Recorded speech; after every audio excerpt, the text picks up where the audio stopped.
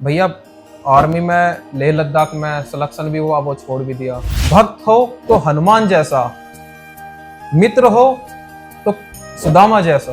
यदि आपने लगे कि हमको भूत प्रेत है, कपूर लो अपने हाथ में रखो, मुट्ठी बीचो। कभी भी देवी देवता ये नहीं बोलता कि तुम किसी भी जानवर की हत्या करो।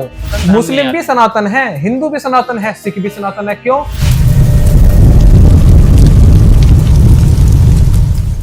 तो हेलो दोस्तों, स्वागत है फिर से एक और नई वीडियो में एक और नए मेहमान के साथ। तो आज हम जिससे बात कराने जा रहे हैं आपकी, वो हैं दीपांशु, जो काफ़ी चर्चा में रहे हैं। अच्छा दीपांशु भाई, आप सबसे पहले तो आप मुझे ये बताएं कि आप थे कहाँ पर। आपको ना ढूंढ ढूंढ कर मेरी ना आंखें थक गई हैं, बहुत परेशान होगा आप जब बहुत टाइम में आप हमें मिले हैं। भाई मैं आपके दिलों में था और मैं भी आपको बहुत मिस कर रहा था और सोच रहा था कि भाई से मिल के आऊंगा भाई के पास।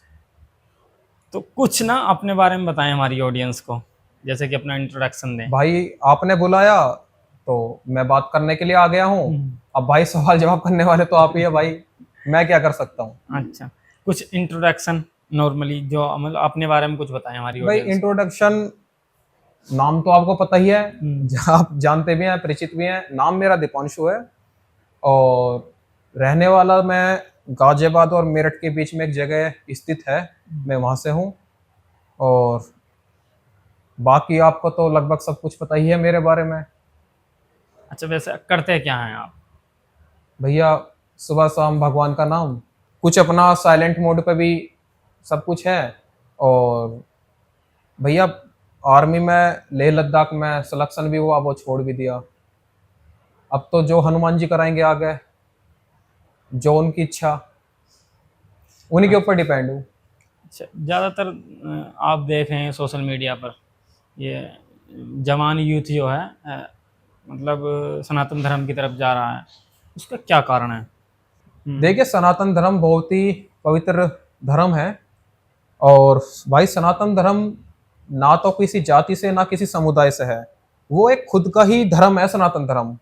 जिसका कर्म अच्छा हो, जिसका वचन सच्चा हो, जो लंगोट का सच्चा हो, अपने ईश्वर के प्रति पूरा समर्पित हो, जिंदगी में कुछ करने की चाह रखता हो, वो सनातन धर्म है। जो अपने कर्मों के अनुसार किसी का भला करे, अपने हाथों से ज्यादा दान करे, किसी के बारे में अच्छा सोचे, वो सनातन धर्म है।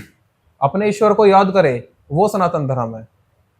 आगे बढ़ने की सामने वाले को प्रेरणा दे, वो सनातन धर्म है। अच्छा दीपांशु जी, हनुमान चालीसा जो होता है सबसे पवित्र माना जाता है, और जी। वो मैं आपके मुंह से सुनना चाहता हूँ, और वो हमारी ऑडियंस भी सुनना चाहेगी। हनुमान चालीसा, जी। देखिए हनुमान चालीसा, अब जो गायकार होते हैं वो तो पूरा सिक्वेंस में अच्छी तरह से उनका जो है बोले तो बीट बना के बोल सकते हैं, सुना सकते हैं। लेकिन हमारी बात रही तो चलो आपने बोल दिया है तो सुना देते हैं। श्री राम जय राम जय जय राम, श्री राम जय राम जय जय राम, श्री राम जय राम जय जय राम, श्री राम जय राम जय जय राम। श्री गुरु चरण सरोज रज, निज मनु मुकुर सुधारी, बरनव रघुवर विमल जसु, जो दायकु फल चारी। बुद्धिहीन तनु जानिके, सुमिरो पवन कुमार, बल बुद्धि विद्या देहु मोहि, हरहु कलेश विकार। श्री राम जय राम जय जय राम, श्री राम जय राम जय जय राम, श्री राम जय राम जय जय राम, श्री राम जय राम जय जय राम। जय हनुमान ज्ञान गुण सागर, जय कपीस तिहु लोक उजागर। रामदूत अतुलित बल धामा, अंजनी पुत्र पवन सुत नामा। महावीर विक्रम बजरंगी, कुमति निवार सुमति के संगी। कंचन बरन विराज सुबेसा, कानन कुंडल कुंचित केसा। हाथ बरज ओ ध्वजा विराजे, कांधे मूज जनेऊ साजे। शंकर सुवन केसरी नंदन, तेज प्रताप महाजगबंदन। विद्यावान गुणी अति चातुर, राम काज करिबे को आतुर। प्रभु चरित सुनिबे को रसिया, राम लखन सीता मन बसिया। सूक्ष्म रूप धरि सिंहि दिखावा, विकट रूप धरि लंक जरावा। भीम रूप धर असुर सहारे, रामचंद्र के काज सवारे। लाए सजीवन लखन जी आए, श्री रघुबीर हर शिव लाए। रघुपति कीन्ही बहुत बड़ाई, तुम पर भरत संभाई। सहस बदन तुम रोजस गावे, अस कहीं श्रीपति कंठ लगावे। सनकादिक ब्रह्मादिक मुनीसा, नारद सारद सहित अहिसा। जम कुमेर दिखपाल जहाँ ते, कवि गोविंद कहीं सके कहाँ ते। तुम उपकार सुग्री कीना, राम मिलाए राजपद दीना। तुम रो मंत्र विभीषण माना, लंकेश्वर वै सब जग जाना। जुग सहस जो जन पर भानु, लील्योता ही मधुर फल जानो। प्रभु मुद्र की मिली मुकमाई, जल्दी लांगी गई अचज नाही। दुर्गम काज जगत के जेते, सुगम अनुग्रह तुमरे तेते। राम दुआरे तुम रखवारे, होत न आज्ञा बिनु पैसारे। सब सुख लहे तुम्हारी शरणा, तुम रक्षक काहू को डरना। आपन तेज समारो आपे, तीनों लोक हाँकते कांपे। भूत पिशाच निकट नहीं आवे, महावीर जब नाम सुनावे। नासे रोग हरे सब पीरा, जपत निरंतर हनुमत बीरा। संकट ते हनुमान छुड़ावे, मन कर्म वचन ध्यान जो लावे। सब पर राम तपस्वी राजा, तीन के काज सकल तुम साजा।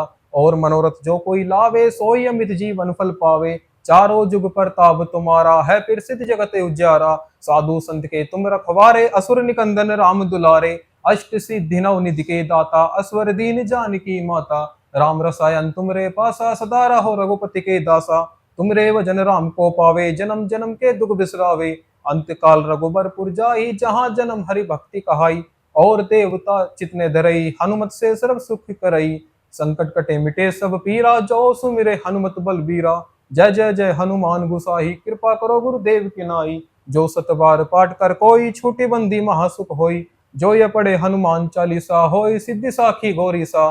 दीपांशु दास सदा हरि चेरा, कीजे नाथ हृदय में डेरा। श्री राम जय राम जय जय राम, श्री राम जय राम जय जय राम। श्री राम जय राम जय जय राम, श्री राम जय राम जय जय राम। पवन तनय संकट हरन, मंगल मूर्ति रूप। राम लखन सीता सहित, हृदय बसु सुरभूप। जय श्री राम। जी भाई, आपकी डिमांड पूरी कर दी। हाँ बिल्कुल चलो, बिल्कुल। आपने अच्छा ना, सिंगर ही बना दिया। हाँ, हनुमान चालीसा में सबसे ज्यादा जो शब्द का यूज किया गया और राम राम का किया गया, हाँ, तो वो ऐसा क्यों? हनुमान चालीसा में राम राम का क्यों इतना मतलब वर्णन किया गया? देखिए, राम भगवान जी के सच्चे भक्त हनुमान जी हैं। जी और मैं मानता हूं, भक्त हो तो हनुमान जैसा, मित्र हो तो सुदामा जैसा, और पत्नी हो तो पार्वती जैसी। ये मैं मानता हूं, इन तीन सिद्धांत पे मैं हमेशा चलता हूं।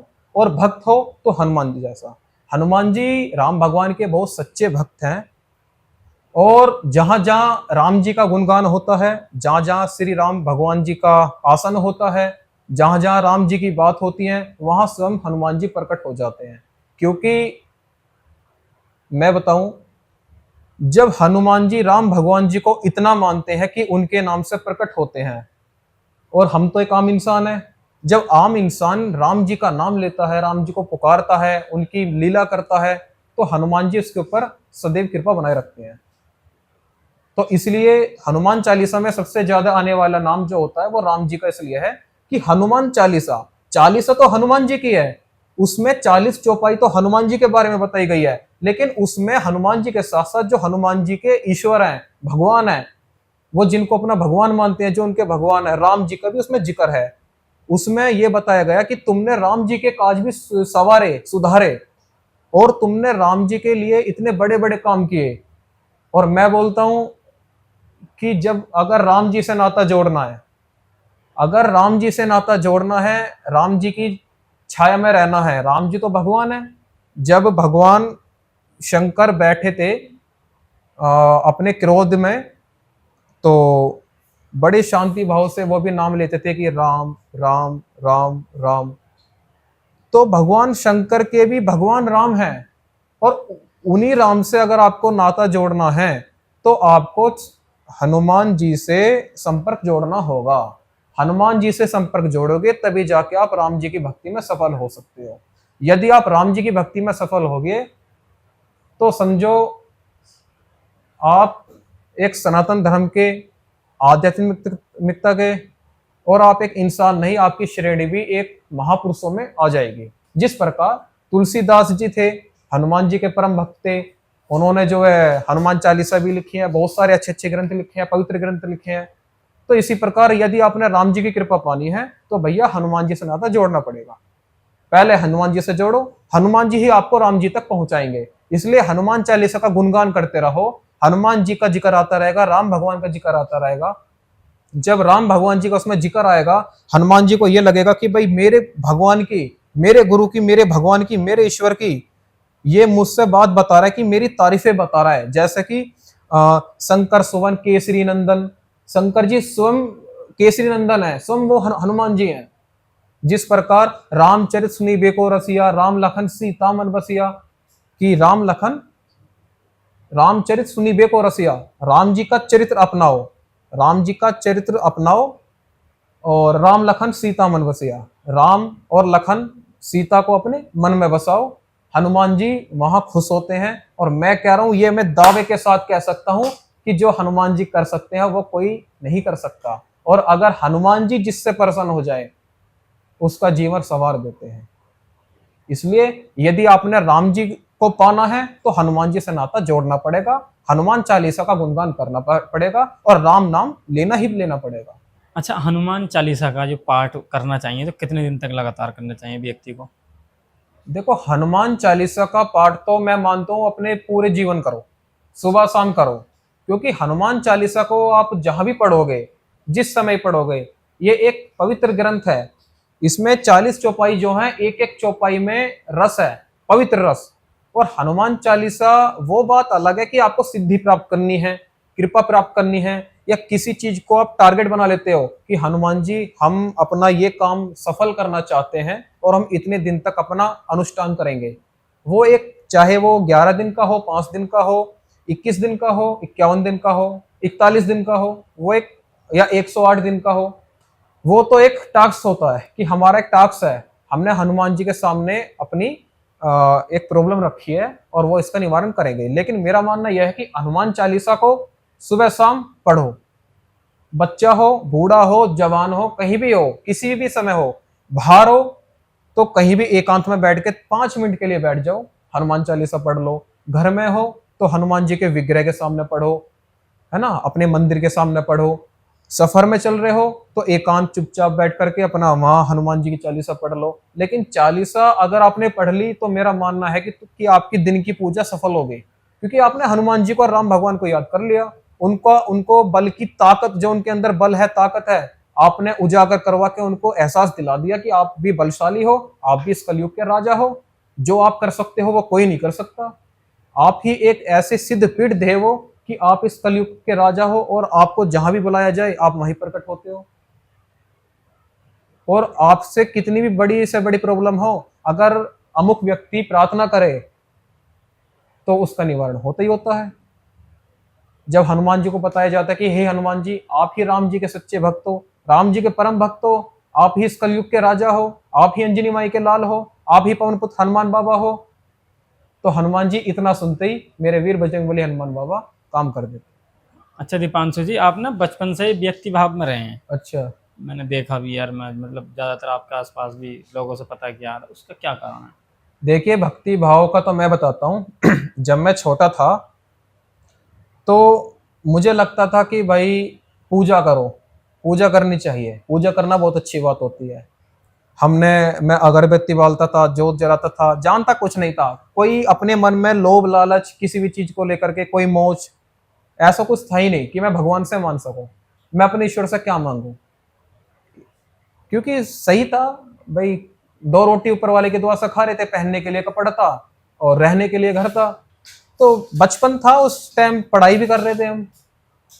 लेकिन मुझे लगा कि भाई भक्ति भाव में बोले तो बहुत मतलब भक्ति भाव करनी चाहिए, कुछ ना कुछ तो भक्ति भाव में है। तो जब मैं छोटा था तो मैं शिव जी की भक्ति बहुत करता था, हनुमान जी भी, शिव जी भी, आज भी करता हूँ, हनुमान जी की भी और शिव जी की भी। तो मुझे एक जिद चिड़ी कि मैं कांवड़ लेने जाऊंगा। मेरे बचपन से मेरे अंदर एक जिद थी कि मैं कांवड़ लेके आऊंगा, कांवड़ लेके आऊंगा, मुझे अच्छा लगेगा, छोटेपन से ही। तो मैं 6वीं क्लास में था, मैंने अपने घर वालों से बहुत जिद की कि मैं कांवड़ लेके आऊंगा, मुझे कांवड़ लेने जाना है। क्योंकि हमारे यहाँ एक सतलोक धाम है, मैं वहाँ बचपन से पूजा भी करता था, वहाँ पूजा करने जाता था। पता मुझे कुछ नहीं था, इतिहास के बारे में कुछ नहीं पता, बस ये पता है कि ये भगवान जी हैं, इनके सामने हाथ जोड़ो, अपनी विनती जो भी है अपने उनके सामने रखो, अपनी प्रॉब्लम उनको बताओ, अगरबत्ती जलाओ, जोत जलाओ, हाथ जोड़ के आ जाओ। अब करने वाले वो, जब कांवड़ लेने के लिए मेरे घर वालों ने कर दिया मना कि भैया तुम छोटे हो, तुम नहीं जा पाओगे और मत जाओ, रल जाओगे, खू जाओगे। तो हमारे ही रिश्तेदारी में एक भाई हुआ करते हैं, हमने उनसे भी बोला कि भाई हम तुम्हारे साथ चलेंगे, तो वो भी इस चीज का भय डर गए कि भाई बच्चा है, अगर हम लेके जाएंगे अपनी जिम्मेदारी, पता खू जाएगा, रल जाएगा। चलो कोई बात नहीं। उसके अगले साल फिर हमने जिद करी कि भाई हमें तो कांवड़ लेने जाना है और कांवड़ लेके ही हम आएंगे, हम अपना जल हरिद्वार से भर के अपने घर पे जल लेके आएंगे। नहीं भेजा फिर भी घर वालों ने। लेकिन फिर मेरा मन आया कि भाई शिव जी आप मुझे कांवड़ लेने बुलाओ। मैंने फिर शिव जी को जो भी हमारी बातें थी अपने धाम पे जाके मैंने शिव जी के सामने बातें रखी। यदि आपने मुझे अब की साल कांवड़ लेने नहीं बुलाया, मैं भक्ति छोड़ दूंगा। बच्चा था, मैं कुछ नहीं जानता, मैं भक्ति छोड़ दूंगा, मैं नहीं आऊंगा तुम्हारे धाम पे, मैं नहीं आऊंगा अब तुम्हारी सेवा करने, घर से ही हाथ जोड़ूंगा, तुम्हारे धाम पे नहीं आऊंगा, मुझे कांवड़ लेने जाना है। उसी साल था मैं छोटा, घर वालों का मूड बना, मेरा मूड बना, मैं कांवड़ लेने गया, कांवड़ लेके अपने घर आया। अगले साल उसका जोड़ा किया। तो मुझे लगा कि भाई भक्ति में शक्ति है और शक्ति में ही सिद्धि है, सिद्धि में ही प्रसिद्धि है, और प्रसिद्धि में ही हनुमान जी प्राप्त होते हैं या अपने ईश्वर प्राप्त होते हैं। और ईश्वर जिसको प्राप्त होते हैं समझो उसकी जय जयकार हो ही जानी है। तो जहां तक का मेरा मानना है कि बचपन से ही मैं भक्ति भाव में रहा हूँ, आज भी मैं भक्ति भाव में हूँ और आगे भी भक्ति भाव में रहूंगा, क्योंकि मेरा वैसे पुनर्जन्म एक साधु संत वाले ही श्रेणी में था। तो साधु संत तो मैं नहीं बन सकता, एक परिवार की जिम्मेदारियां भी हैं, लेकिन एक सनातन धर्म के लिए मैं हमेशा खड़ा रहूंगा। सनातन धर्म के लिए कुछ अच्छा भी करेंगे, भविष्य को लेकर कुछ अच्छा होगा हम वो भी करेंगे, क्योंकि मेरा मकसद केवल नौकरी या केवल बिजनेस करना नहीं है। मेरा मकसद है कि कुछ करके जाएं। देखो जीवन में आया हूं तो कुछ करके जाऊंगा, हनुमान जी के लिए कुछ करके जाऊंगा, राम भगवान जी का नाम आगे बढ़ा के जाऊंगा, हनुमान जी के नाम का प्रचार करके जाऊंगा। प्रचार छोटा करूं बड़ा करूं, लेकिन प्रचार करके जाऊंगा, उनका ये पवित्र मूवमेंट खींच के जाऊंगा। सनातन धर्म का जो मूवमेंट है इसको आगे बढ़ा के तभी जाऊंगा। तो भविष्य में जो भी होगा वो अच्छा होगा, देखते हैं और बाकी क्या होता है।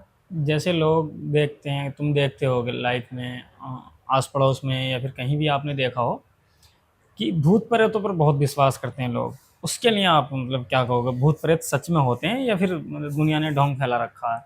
देखिए भूत प्रेत की अगर मैं आपको बात करूं, अब जो ढोंग करने वाले लोग हैं वो तो ढोंग ही करेंगे।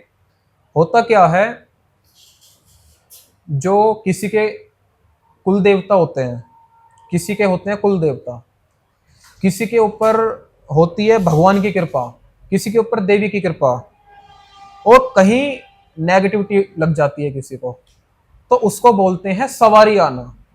उनके दूत, जैसा भगवान है, हनुमान जी है, हनुमान जी स्वयं किसी के ऊपर नहीं आते हैं, हनुमान जी के दूत प्रकट होते हैं। जो हनुमान जी का सेवक होगा तो वो जो खेलता है, या कोई देवी है, अगर वो देवी जो अमुक व्यक्ति जो उनका अनुष्ठान पूजा करती होंगी वो खेल रही है, तो समझो कि उसके ऊपर कोई प्रेत नहीं है, वो माता रानी हनुमान जी के या देवी देवता के दूत हैं। प्लस आपने पूछा कि भूत प्रेत, देखो महिलाओं के लिए मैं बताऊंगा, महिलाएं अपनी चोटी बांध के चलें, अपने सिर का बाल किसी को ना दें, किसी टूटने ना दें, बाहर कोई मीठी चीज ना खाएं, कोई सफेद चीज ना खाएं, क्योंकि जो भटकी हुई जो नेगेटिविटी होती है वो उनको लग जाती है, तो वो उनको परेशान करती है, जिसमें कि तरह तरह नाम के जैसे जिंद है, और बोली जाती है कि कुछ चीजें ये उल्टी सीधी जो क्रियाक्रम लोग करते हैं कुछ करा कराई होती है। हालांकि मैं तो उन सब चीजों पे विश्वास नहीं करता हूँ, अपने ईश्वर पे विश्वास करता हूँ, लेकिन वो चीजें होती हैं, वो चीजें होती हैं, कहीं ना कहीं तो आपको अटैक करेंगी।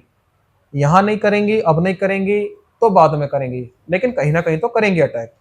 और जब कहीं ना कहीं अटैक करेंगी तो वो खेल जाती हैं। अब खेलने का मैं तुम्हें उदाहरण बता रहा हूँ, किसी के अंदर नेगेटिविटी है, उसको पता नहीं चलेगा, वो उसको परेशान करेगी, उसको सताएगी, बीमार करेगी। लेकिन जब वही किसी पवित्र स्थान पे जाए, या हनुमान जी के सामने जाए, या पृथ्वीराज सरकार जी के सामने जाए, या मेहंदीपुर बालाजी जाए, बागेश्वर धाम बालाजी जाए, सलासर बालाजी जाए, सतलोक धाम बालाजी जाए, किसी भी हनुमान जी के किसी भी मंदिर में जाए, वो परछाई पड़ते ही तुरंत खेल जाएगा। अब चाहे वो खेलने के लिए, चाहे वो कोई देवता हो, प्रेत हो, या बाहर की कोई लगी हुई नेगेटिविटी हो, वो तुरंत खेल जाएगा, क्योंकि उनके अंदर उनमें इतनी शक्ति नहीं है कि वो हनुमान जी के बल को सहन कर सकें। हनुमान जी की परछाई पड़ते ही या प्रेतराज सरकार की परछाई पड़ते ही वो खेल जाएगा, क्योंकि प्रेतों के राजा प्रेतराज सरकार है। और प्रेतराज सरकार किसके शरण में है? हनुमान जी के। तो बस अगर तुम हनुमान जी की भक्ति करोगे, नाम लोगे, चालीसा पढ़ोगे, उनका गुणगान करोगे, तो भूत पिशाच निकट नहीं आवे, महावीर जब नाम सुनावे, और नासे रोग हरे सब पीरा, जपत निरंतर हनुमत वीरा। भूत पिशाच निकट नहीं आएगा, हनुमत हनुमत नाम जपते रहो, और ना कोई रोग ना कोई पीड़ा होगी, हनुमान चालीसा पढ़ते रहो।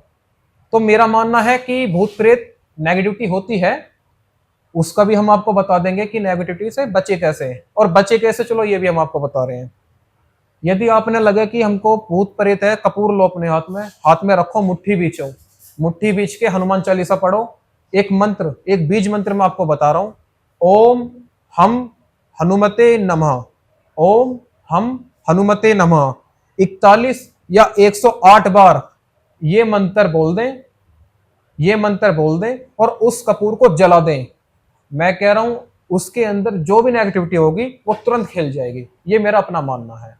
दूसरा उपाय नेगेटिविटी को खिलवाना।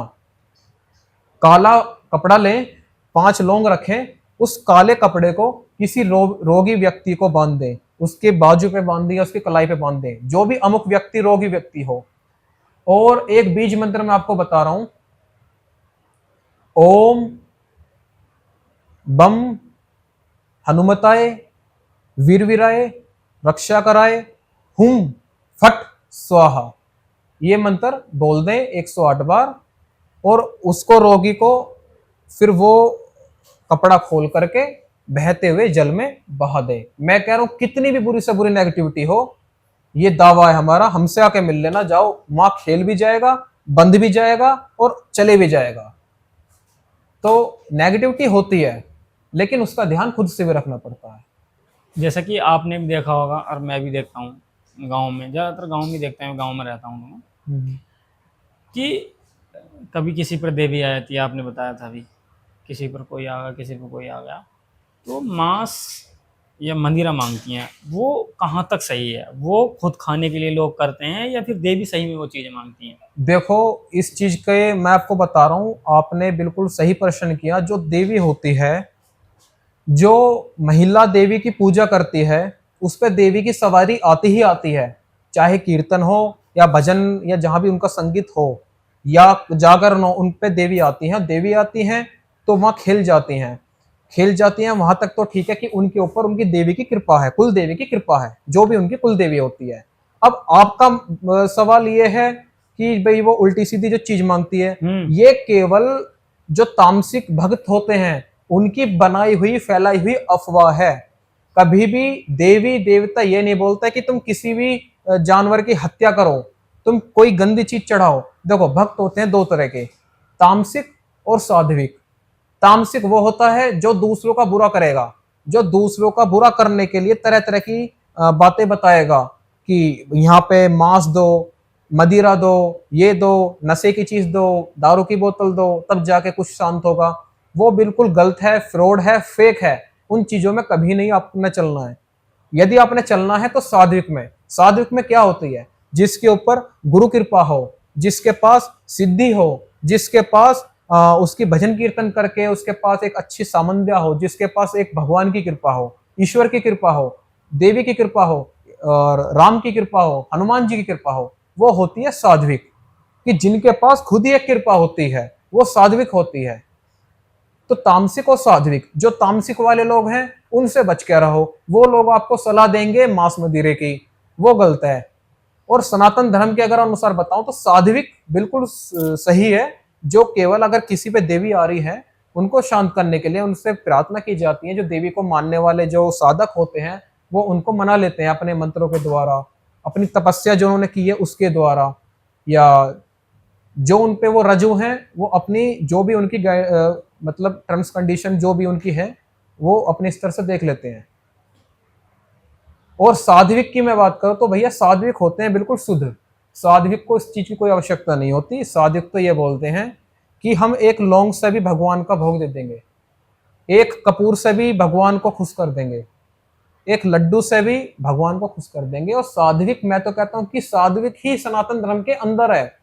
सनातन एक स्वच्छ, एक बिल्कुल शुद्ध पवित्र धर्म है, और सात्विक भी शुद्ध और पवित्र है। कुछ लोगों के मन में सवाल रहता है कि हनुमान जी की शादी हुई थी या फिर नहीं। हनुमान जी की शादी हाँ हुई थी, और कुछ समझदार लोग बोलेंगे नहीं हुई थी, लेकिन मैं बता रहा हूं क्यों हुई थी। भगवान सूर्य के पास एक ऐसी विद्या थी जो हनुमान जी पाना चाहते थे।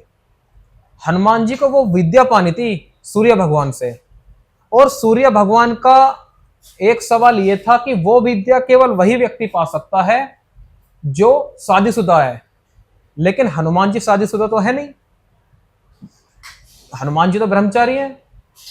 तो सूर्य देव ने यह बोला कि हे हनुमान जी, आप ये विद्या नहीं पा सकते हो क्योंकि आप शादीशुदा नहीं हो, और जबकि आपको शादीशुदा होना पड़ेगा अगर ये विद्या आपको पानी है तो हनुमान जी ने बोला कि सूर्यदेव भगवान, मैं ये विद्या पाना चाहता हूं और मुझे ये विद्या पानी ही है।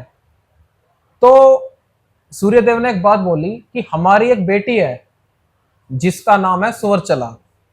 सुवर्चला नाम की हमारी बेटी है, बहुत उसने तपस्या की है, बहुत ही भक्ति भाव वाली है, आप उससे शादी करो, आपका ब्रह्मचार्य जो ब्रह्मचार्य है वो भी बचा रहेगा और आपको विद्या भी हासिल हो जाएगी। तब जाके हनुमान जी ने यह बात स्वीकार की थी। जो सूर्यदेव की बेटी सुवर्चला है उससे हनुमान जी की शादी मौखिक रूप से थी। अक्सर मैंने देखा है कि जब वीआईपी लाइनें लगती हैं, जैसे कि राम मंदिर में वीआईपी लोगों का अलग दर्शन हो रहे थे या फिर और भी कहीं मान लीजिए, तो उसके लिए आप क्या कहोगे? क्या गरीबों का उसमें हक नहीं होता? देखो, भगवान जी कभी ये नहीं कहते कि मेरे पास कोई वीआईपी व्यक्ति आए। भगवान या हनुमान जी कभी ये नहीं कहते कि मेरे धाम में केवल वीआईपी लोगों की एंट्री है। वो ये नहीं कहते कि तुम मुझको मिठाइयाँ लेके आओ, मुझको लड्डू लेके आओ, मुझको भोग लेके आओ।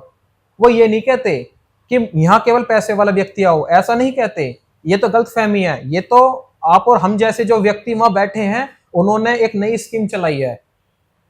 भगवान वहां भी अपने गरीब से गरीब भक्त को पहचान लेंगे, जो सबसे पीछे की भीड़ में, सबसे पीछे की कतार में एक गरीब लगाओ। क्योंकि जिसके मन में राम नाम, जिसके मन में भगवान को लेकर के एक सच्ची श्रद्धा हो, चाहे वो गूंगा हो, बहरा हो, अंधा हो, उसको कोई सुनाई ना दे, कुछ दिखे ना, अगर उसके दिल में एक सच्ची भावना है कि मैं आज भगवान के दर पे जा रहा हूं, हनुमान जी के द्वार पे जा रहा हूं, वहां से खाली ना लौटूं, अगर वो राम नाम का जप करता जाएगा, हनुमान जी को याद करता जाएगा, उसके मन में एक सच्ची श्रद्धा है, उसके जेब में 1 रुपया भी ना हो, वो दर दर की ठोकर खा के भी आ रहा हो, तो मैं कह रहा हूं कि भगवान चाहे कितनी भी लंबी वीआईपी लाइन में आप लग जाओ, सबसे पहली कृपा हनुमान जी या कोई भी देवता उसको देंगे। क्योंकि भगवान केवल भक्ति के ये चाहते कि हमारा भक्त कौन है, हमको पाना कौन चाहता है, हमारी भक्ति कौन चाहता है।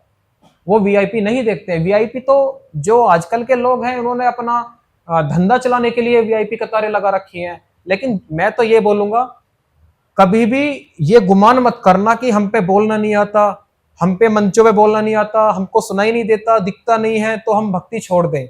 मैं कह रहा हूं आपके अंदर चाहे लाख कमियां हैं, लाख कमियां हैं आपके शरीर के अंदर, लेकिन आप अपने मन कर्म वचन के सच्चे होकर के अपने भगवान को, अपने देवता को, अपने ईश्वर को याद करते रहें। ईश्वर खुद आपके पास चल करके आएंगे, ये मेरा वादा है।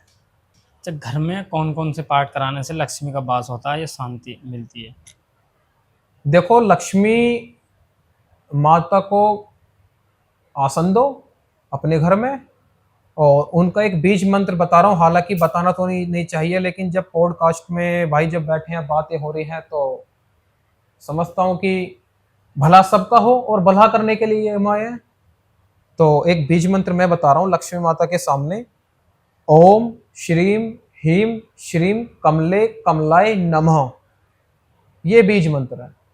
इसका रोज मतलब इसको बोले, रोज इसका जप करें 5-5 बार अपने मंदिर में, तो लक्ष्मी माता की और श्री अन्नपूर्णा जी की भंडार आपके घर में भरा रहेगा। तो लक्ष्मी माता को बुलाना हो तो मैंने आपको बीज मंत्र बताया, लक्ष्मी माता की पूजा करते रहो। हालांकि मैंने सारे धर्मों में देखा है थोड़ा थोड़ा, लेकिन ज़्यादा जो देखा है ना वो हिंदू धर्म में या सनातन धर्म में देखा है कि लड़कियों ने एक नंगा नाच रचा रखा है, जिसे मैं मतलब नॉर्मल भाषा में कहूँगा कि रील्स, इंस्टा की रील्स या फिर किसी भी मतलब अपने फेम के लिए वो अपने कपड़े उतार रही हैं। देख उसके लिए आप मतलब एक सनातन धर्म के हिसाब से आप क्या कहना चाहोगे?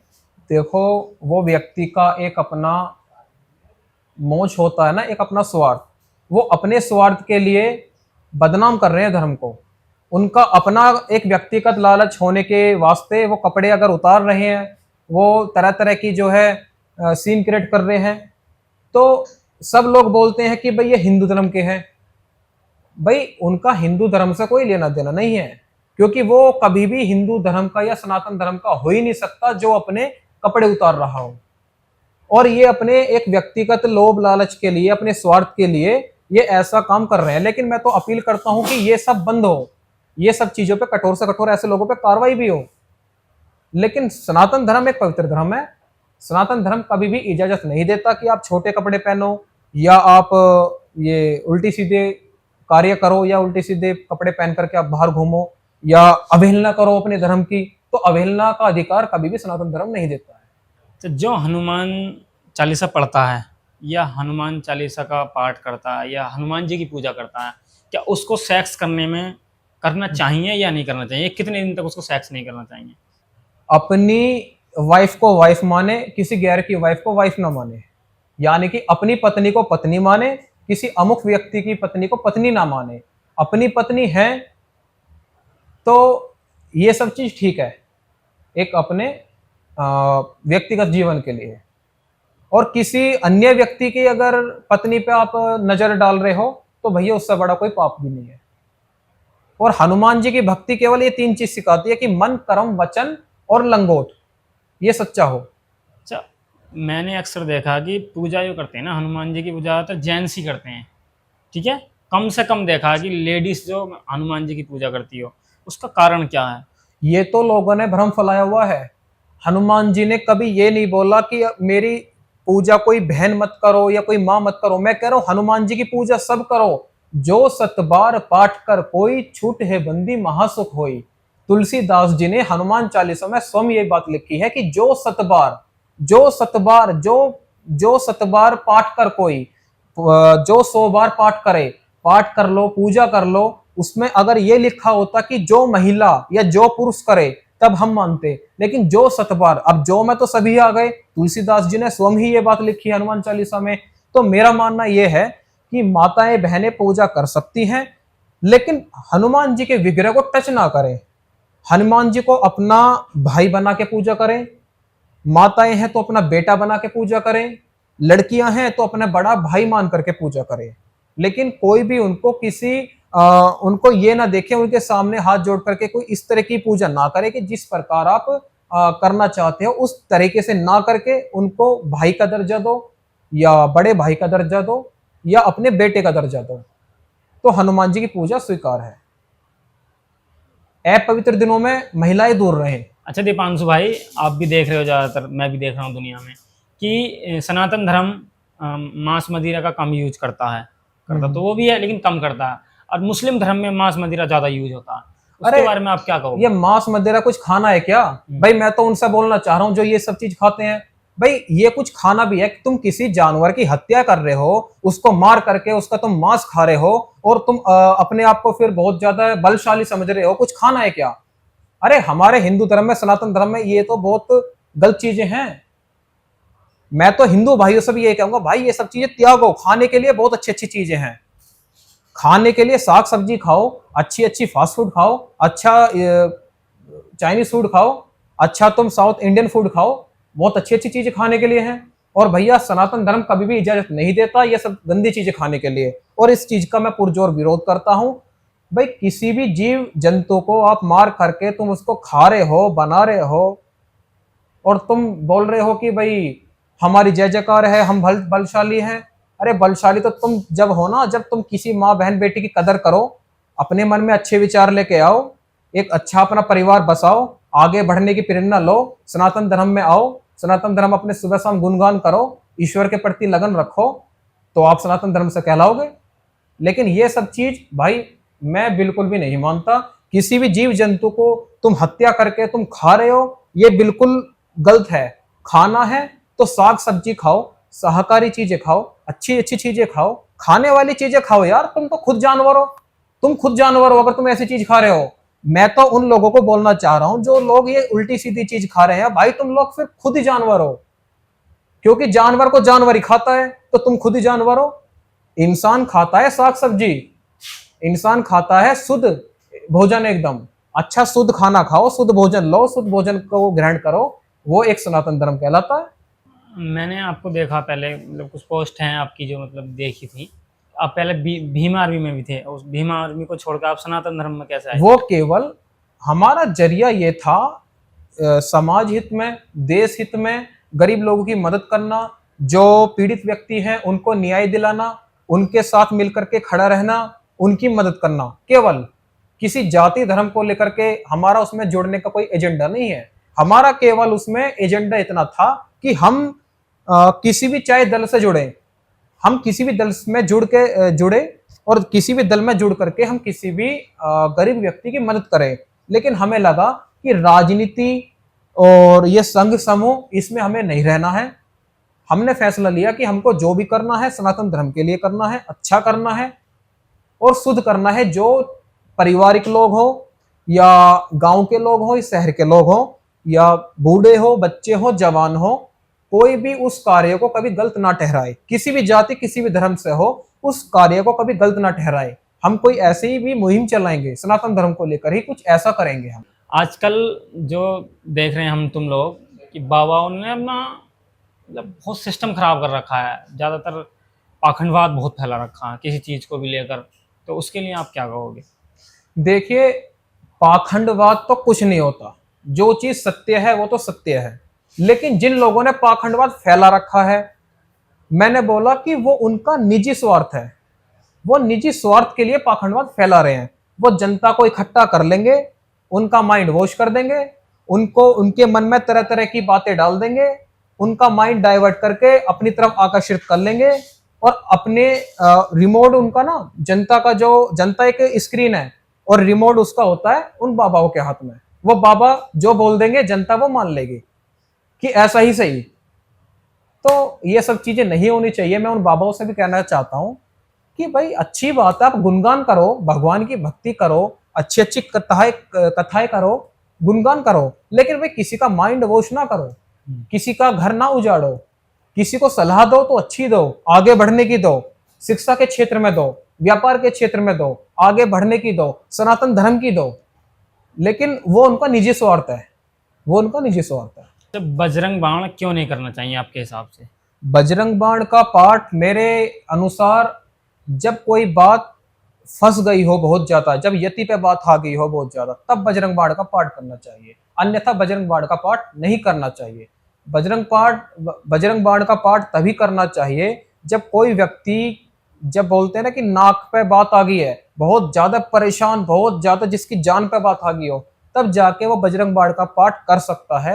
क्योंकि बजरंग बाण का एक ऐसा पाठ है जिसमें राम जी की, हनुमान जी को दुहाई लगाई गई है, राम जी की कसम दी गई है, माता अंजनी जी की कसम दी गई है, और हनुमान जी अपने बल को याद करते हैं और अपने बल को याद करके फिर उनको वो कार्य करना ही होता है, चाहे वो कार्य अब सही हो या गलत हो। इसलिए मेरा मानना है कि बजरंग बाण ना ही करे, और करे तो तब करे जब तुम्हारी कोई बात या कोई विपत्ता ऐसी आके खड़ी हुई हो, जब जान पे बात तुम्हारी आ जाए। हनुमान जी को सिंदूर क्यों चढ़ाया जाता है? हनुमान जी को सिंदूर इसलिए चढ़ाया जाता है, एक बार सीता माता जी ने सिंदूर लगाया हुआ था, तो हमारे श्री हनुमान जी हंसते खेलते हुए आए और बोले कि माता श्री, आपने ये सिंदूर क्यों लगाया हुआ है? तो हनुमान जी राम जी के भक्त तो हैं ही सच्चे, भाई उनके भक्त तो उनके राम भगवान के लिए कुछ भी कर सकते हैं। तो सीता माता बोली कि मैंने ये सिंदूर आपकी भगवान की लंबी आयु करने के लिए बनाया, कि जिससे कि उनकी आयु लंबी बनी रहे। तो हनुमान जी के मन में यही बात सेट हो गई कि अगर एक चुटकी सिंदूर से मेरे राम भगवान की आयु लंबी हो सकती है, तो मेरे पूरे शरीर पे अगर सिंदूर मैं खुद ही लगा लूं तो मेरे भगवान कितने साल जिएंगे, कितनी लंबी आयु होगी। तो हनुमान जी ने अलग जा करके अपने पूरे शरीर पे ही सिंदूर लगा लिया और हंसते खेलते हुए राम जी के पास गए। तो राम जी बोले, हे हनुमान जी, आपने पूरे शरीर पे ही क्या कर रखा है कि सिंदूर लगा लिया? तो हनुमान जी हाथ जोड़ के चरणों में उनके बोले कि श्री राम भगवान जी, जब एक चुटकी सिंदूर से आपकी आयु लंबी हो सकती है, तो मैं अगर पूरे शरीर पे सिंदूर लगा लूंगा तो आप कितने साल जिएंगे? तो राम जी बड़े भावुक होकर हनुमान जी से बोले कि हे हनुमान, मेरे जाने के बाद जब तक राम नाम अमर रहेगा, तुम इस कलयुग के राजा होंगे, और जब तक राम नाम अमर रहेगा, इस देश में, सॉरी, इस युग में, इस कलयुग में आप जीवित रहेंगे, अमर रहेंगे, सबके दुख दूर करेंगे और अपने भक्तों के पास जाएंगे और अपने भक्तों की अर्जी सुनेंगे और उनकी अर्जी स्वीकार करेंगे। ऐसी कोई चौपाई या मंत्र बताएं जिसमें बच्चे का पढ़ाई में मन लगे। बच्चे का, यदि आपका बच्चा छोटा है या बड़ा है, वो पढ़ाई नहीं कर रहा है, तो एक मंत्र मैं आपको बता रहा हूँ। हनुमान जी के सामने 5 बार बोले, गुरु गिरह कृपा पढ़न रघुराही, अलप काल विद्या सब आई। ये मंत्र 5-5 बार हनुमान जी के सामने पढ़े तो बच्चे की बुद्धि तेज होती है। अच्छा, मुझे ये बताओ आप कि हनुमान जी ने राम भगवान के लिए कौन सा कठिन काम किया? अरे हनुमान जी तो सारा काम ही थोक में करते थे। राम जी का सारा काम ही हनुमान जी थोक में करते थे। राम जी ने मंगाई संजीवनी बूटी, हनुमान जी पूरा संजीवनी बूटी का पहाड़ी उठा के ले आए। भाई इससे ज्यादा कठिन और क्या होगा? हनुमान जी तो पूरा पहाड़ी उठा के ले आए, वो तो सारा काम थोक में ही करते हैं।